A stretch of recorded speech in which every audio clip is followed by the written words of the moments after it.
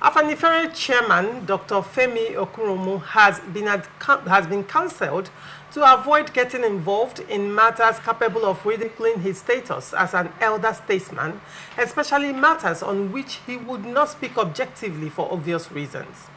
Federal Capital Territory Minister Wike's Senior Special Assistant on Public Communications and New Media, Lere Olayinka, who reacted to Dr. Okurounmu's statement, accusing President Bola Tinubu of being laid back on the ongoing crisis in Rivers State, asked what exactly Dr. Okurounmu expected President Tinubu to have done. Olayinka said it was strange that Dr. Okurounmu, a former senator, could opt to be playing ostrich to the avalanche of disobedience to court judgments by the governor of Rivers State, Governor Fubara, and the danger such affront on the judiciary posed to democracy and peace in the country. He said, one is, however, not too amazed because he, Okurounmu, holds the record of being the first senator to be suspended by his colleagues out of the 7 senators that have been suspended since 1999 till date. Dr. Okurounmu had accused the FCT minister of being the architect and mastermind of the Rivers crisis, saying, even if Governor Fubara is his godson, Wike should be told that he cannot be his surrogate as a sitting governor with full powers. Responding, Olayinka asked when Wike told Dr. Okurounmu that he wanted Governor Fubara to be his surrogate and not function as the governor of Rivers State, adding that Okurounmu as an elder should be honest enough to stand before the mirror and ask himself the roles he played in Fubara becoming governor. He said, in Yoruba land, when 2 children are fighting, what the elders do is to sit them down and listen to their sides of conflict. Elders don't just sit in their bedrooms and apportion blames as done by Baba Femi Okurounmu. Was it Wike that went to the Rivers State House of Assembly complex and set it on fire so as to prevent duly elected lawmakers from carrying out their duties? Was it Wike that has been illegally using 3 members out of the 32-member State House of Assembly to carry out legislative business in Rivers State, including passing the state budget, as well as screening and confirming commissioners when the Constitution says that the budget can only be passed by 2/3 of the Assembly members? Hasn't Governor Wike been ignoring judgments of the court concerning his regime of lawlessness in Rivers State, when the Court of Appeal in Abuja on October 10, 2024 affirmed a lower court's decision nullifying the Rivers State 2024 budget signed into law and being operated by Governor Fubara? Did the governor obey the judgment? And it is not shocking that Dr. Okurounmu has chosen to ignore the danger Governor Fubara's deliberate affronts on the rule of law pose to democracy and peace in Nigeria. Let me start with you, Bishop. Bishop, what do you make of this, first of all, the statement by Dr. Okurounmu, and then the comeback by Wike's personal aide? Well, basically, there are positions that people take as opinion. But I want to also say, please, we know some of these discussions, I hope they are not sub judice, because they are matters of litigation. But since it has come up, proponents are putting it up, we think it's already in public space and nothing has happened. On the strength of that, I think we can also talk on it. But basically, I think that the statement or the defense Olayinka is putting as an aide is not completely out of place. Because Wike is a very prominent statesman, also very close to the president by his position of FCT minister. And in Rivers State, he's a stakeholder, and in fact, can say he's a godfather of the sitting governor by the way he emerged. So, when Olayinka was recently appointed from the stock of the former governor of Ekiti State, they have been friends, and in his own wisdom, he has laid out the matter, trying to absolve his principal. But where I a little bit distant myself is that in this fight for Rivers State, can you say ab initio I started?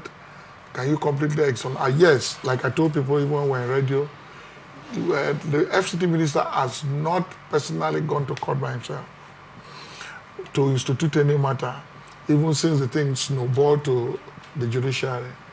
But we know that there are people loyal to him. In the 2 factions, we know those who are loyal to also the governor. as it has played out. And the court cases too, we know the defendants, the plaintiffs, and as the case may be. In all this matter, and most of these people, including the FCC minister, has come publicly to make statements about his position and his perceptions. And he has not completely said, I am not interested. In fact, he said, Abuja is not his dwelling place. His dwelling place is his constituency, which is River State. And that he talks about structure. He cannot leave his structure to be swallowed anyhow in the state and goes to Abuja, because he will return back to this place. So by so doing, you cannot holistically, blanketly close the eyes to say it does not have an interest. But whether it should be responsible outrightly and all that, those decisions are not taken directly by him. Maybe he influences whomever takes the decision or endorses it. That's also behind the camera. But what I think is important in this case is that the elder statesman could have made let me say, a statement that... You mean Dr. Okurounmu? Yes. Right. A statement saying that the minister is the mastermind. I would think that those are statements that are very extreme, because all of them, politics is a game of interest. And like the minister will say publicly, I am still a politician and I want to be relevant. And if I lose my structure, I will not be relevant. So based on what is interpretation of how I can get relevance, these battles directly through surrogates, like the 27 assembly members, who don't hide their feelings in interaction and openly were loyal to the minister. The other people appointed, the state appointees and the rest of them, also say, well, in fact, they've gone to form different movements, simplified movement. This one's formed their own. So in public domain, we know that there are gladiators in the two sides. And so that statement cannot be a complete truism. But out of interest, why I say this thing is that even when the 8-point agenda by the president was brokered, they came back, like this other case we're talking about that was finally, the governor was asked by the Motocho court, was because the plaintiffs in that case did not withdraw the matter. And this withdrawal, and that was used as a judgment. So if you look, most of them, even against the backdrop of the president's interest, they have further orchestrated their interest. So anybody could, from that body language, make a blanket statement like Okurounmu has said.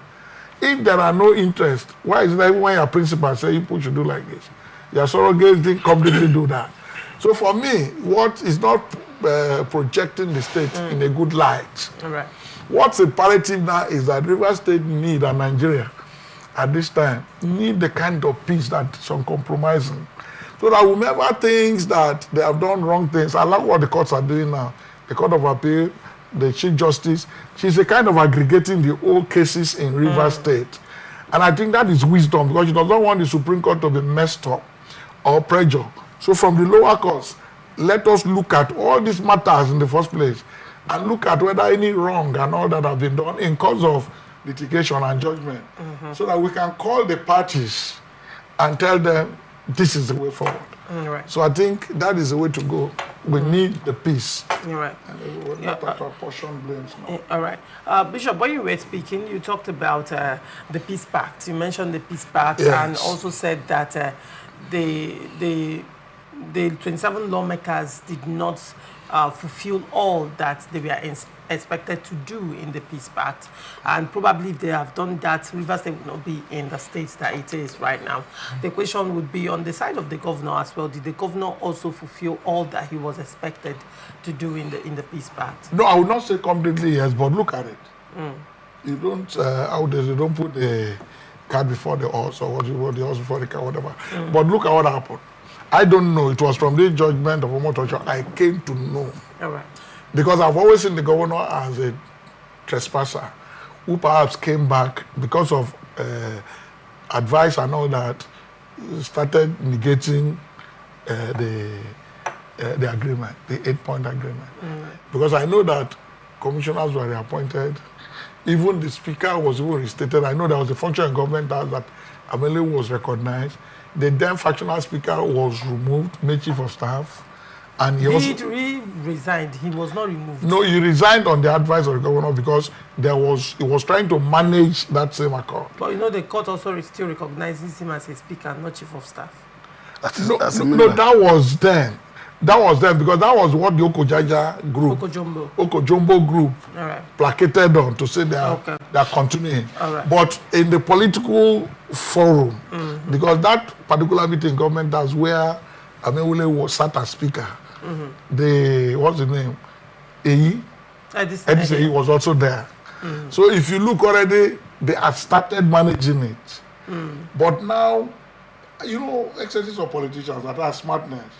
Now, what I know was that when that Omotojo judgment came, and she placated it on the fact that, you know, the governor in that case is not the plaintiff, is a defendant.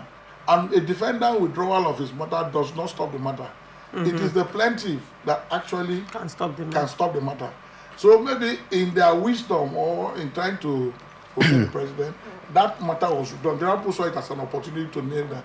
And unfortunately for the judge, she mentioned it as a reason why they don't have any case at all. So everybody will now become circumspect.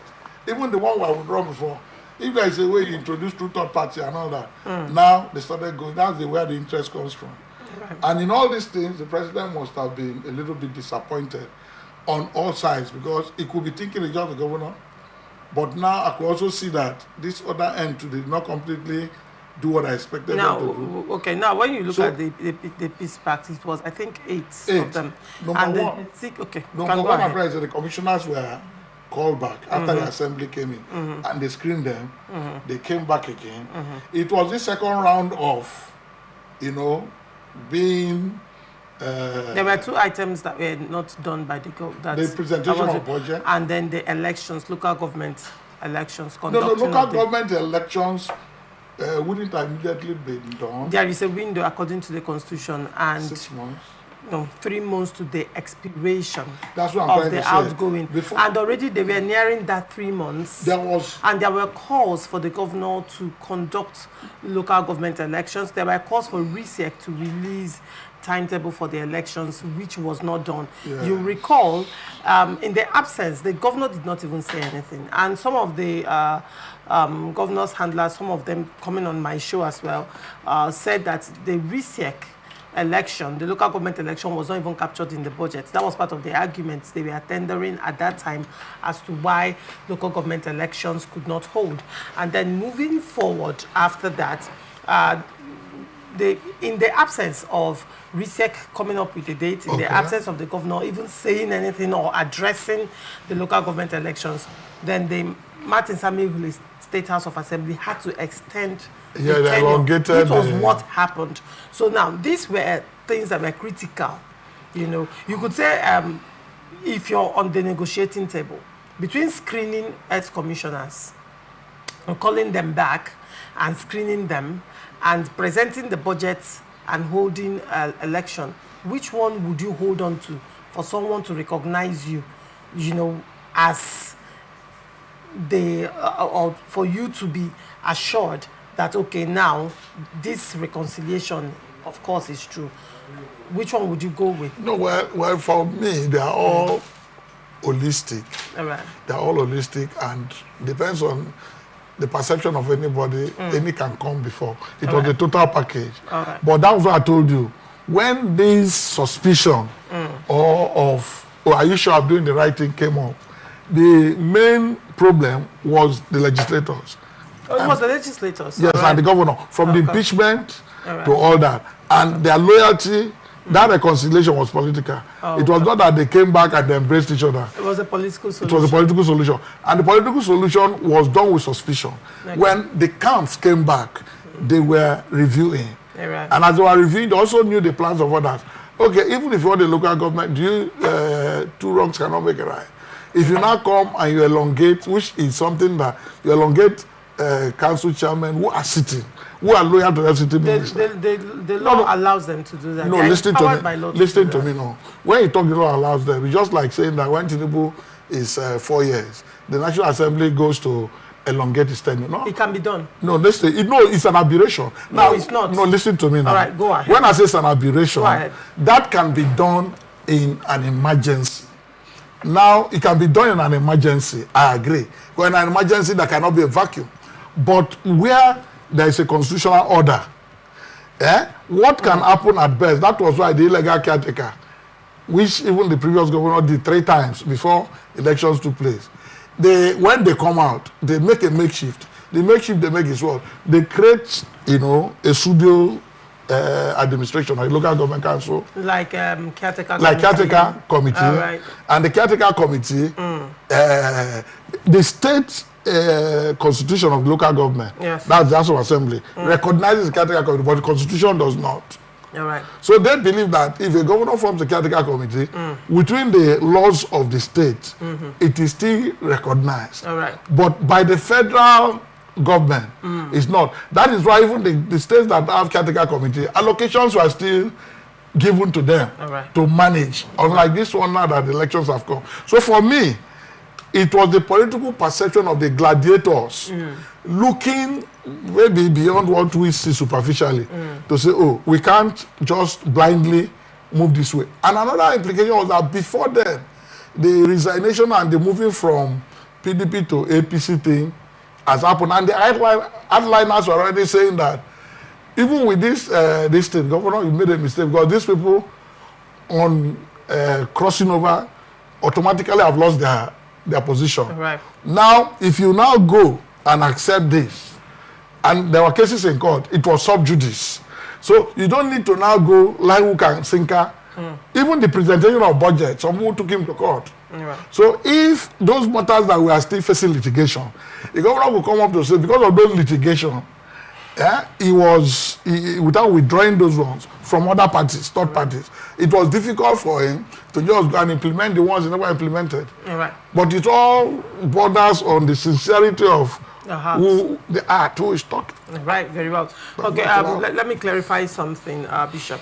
When you talked about local government extension of the tenure of either the president by the National Assembly or the local government chairman by the state houses of assembly, they are actually, the National Assembly and the state houses of assembly are well within their right to extend the tenure of either the president, but in this instance by the National Assembly, or the local government chairman by the state houses of assembly, because the state houses of assembly make laws for local government.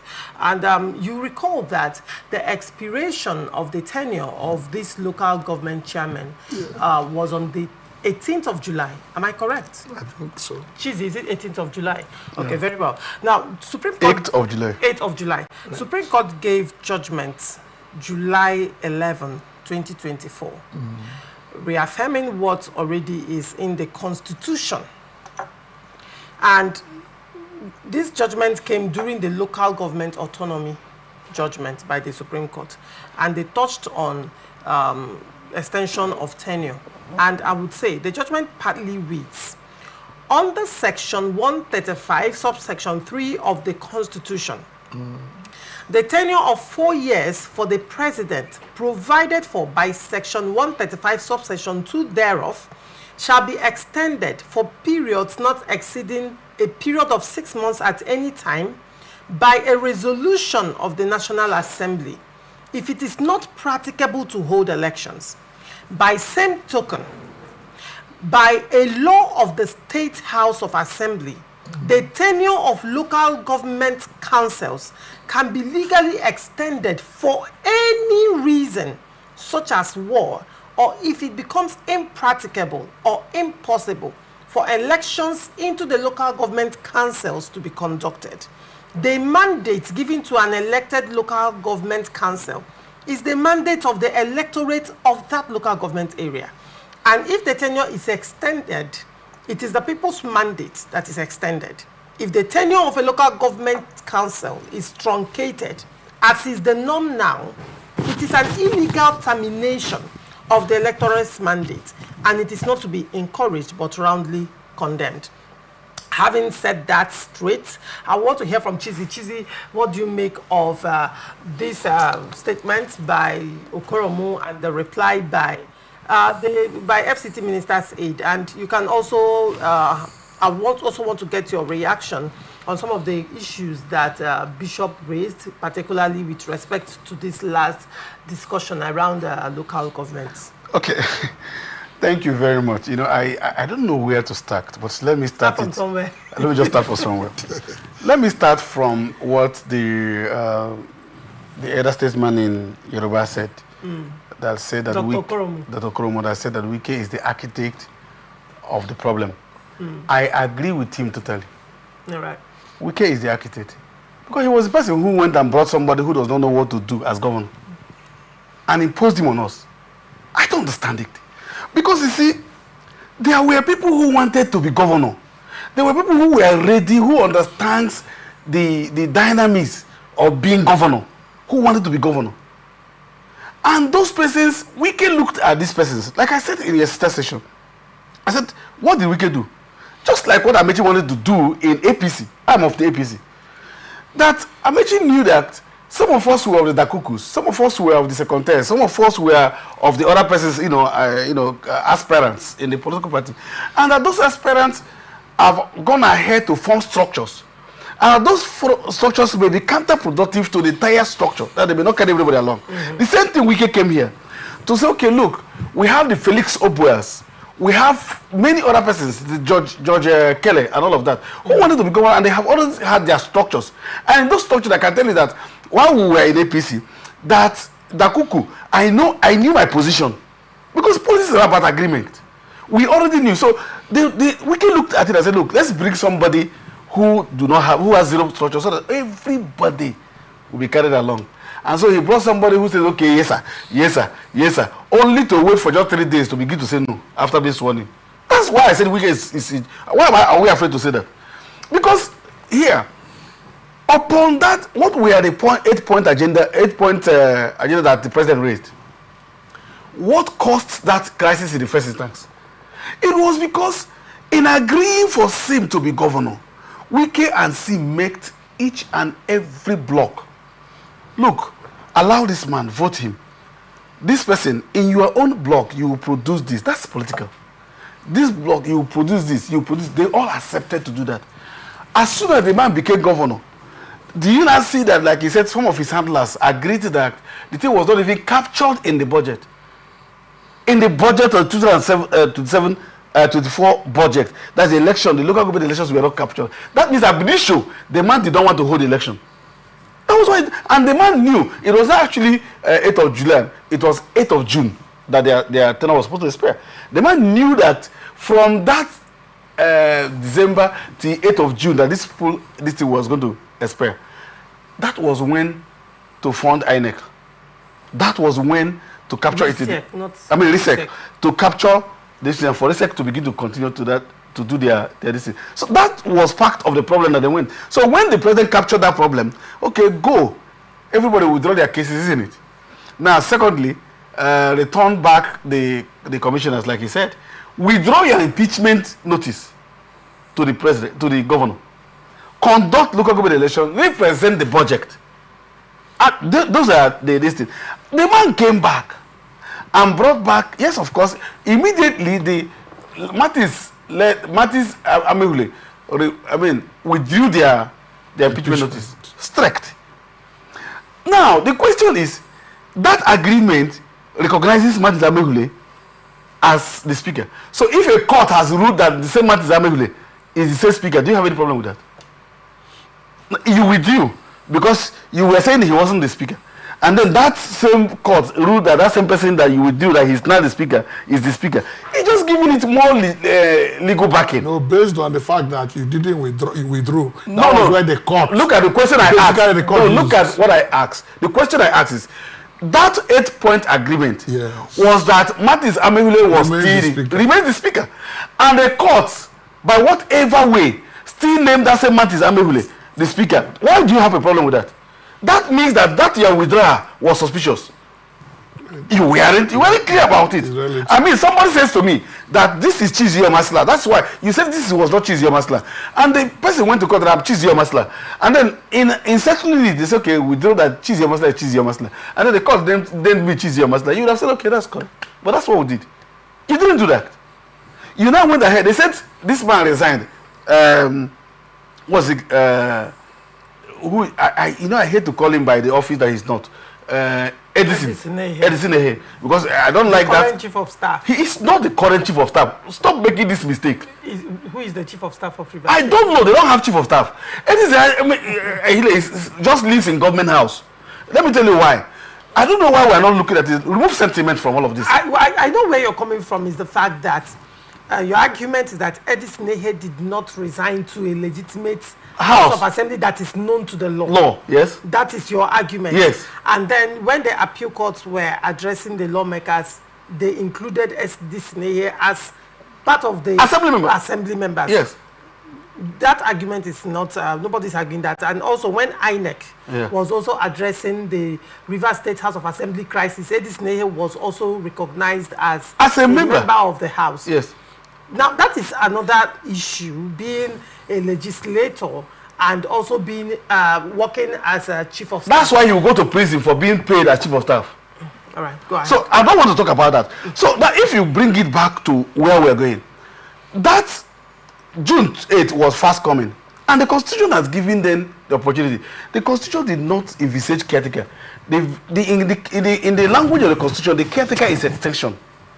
Now, there is a reason why the local government election could not hold. One, because the governor, we do not have an appropriation bill law. One, because it was also not captured in their fake appropriation law, meaning that they didn't want to hold it. And so what would the assembly do? Stay back and not have somebody in this thing? They have to extend it. Now the question is, it was not captured. Was there any time the governor submitted to that surrogate assembly what's it called now? There's this bill. An amendment.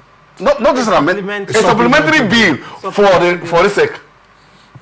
So how did he fund the sec? Now the question would be, Rivers people, are we aware of the budget? Because the budget in the first instance was passed in a day.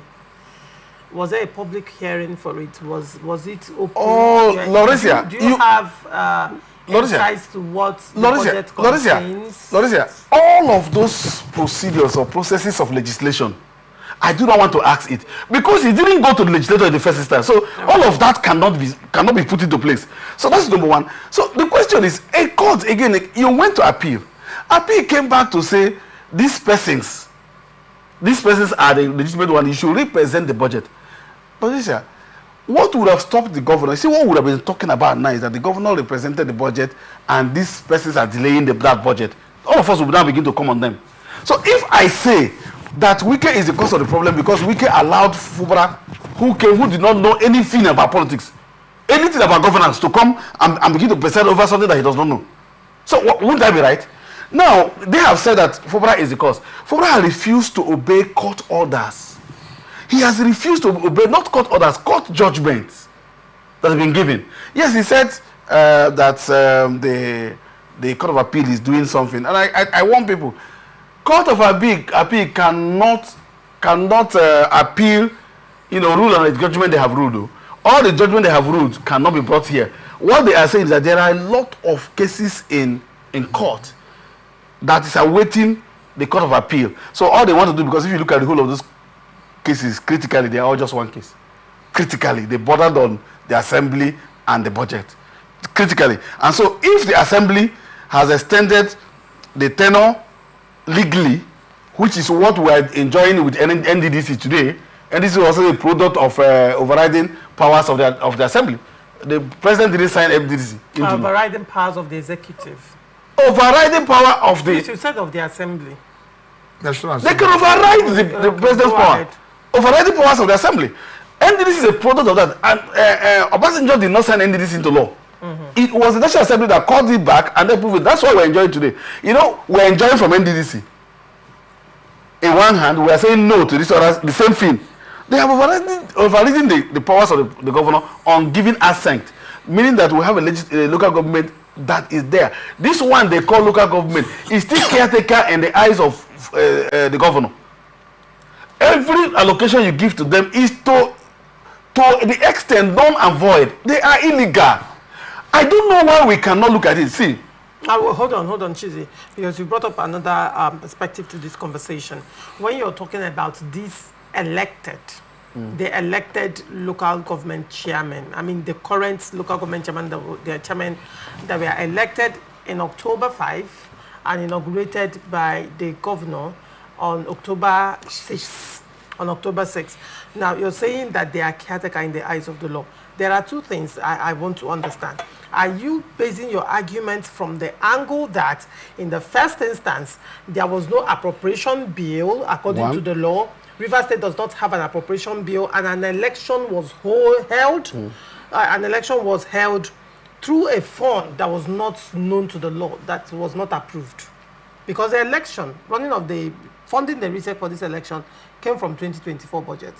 And the court is saying Rivers State does not have a budget. Are you saying that everything done from that budget is null and void and unknown to the law? And by extension, the local government election is unknown to the law? That's on one hand. Is that why you're calling them caretaker chairman? Or are you saying that by the reason of the extension of the tenure of the outgone local government chairman, under the law, they are known, they are still, that extension is still subsisting? Is that what you're saying? There are two perspectives that I want clarity. Go ahead. I have three perspectives to it, not just two. All right, Number one, that there is no appropriation law that had funded RISEC.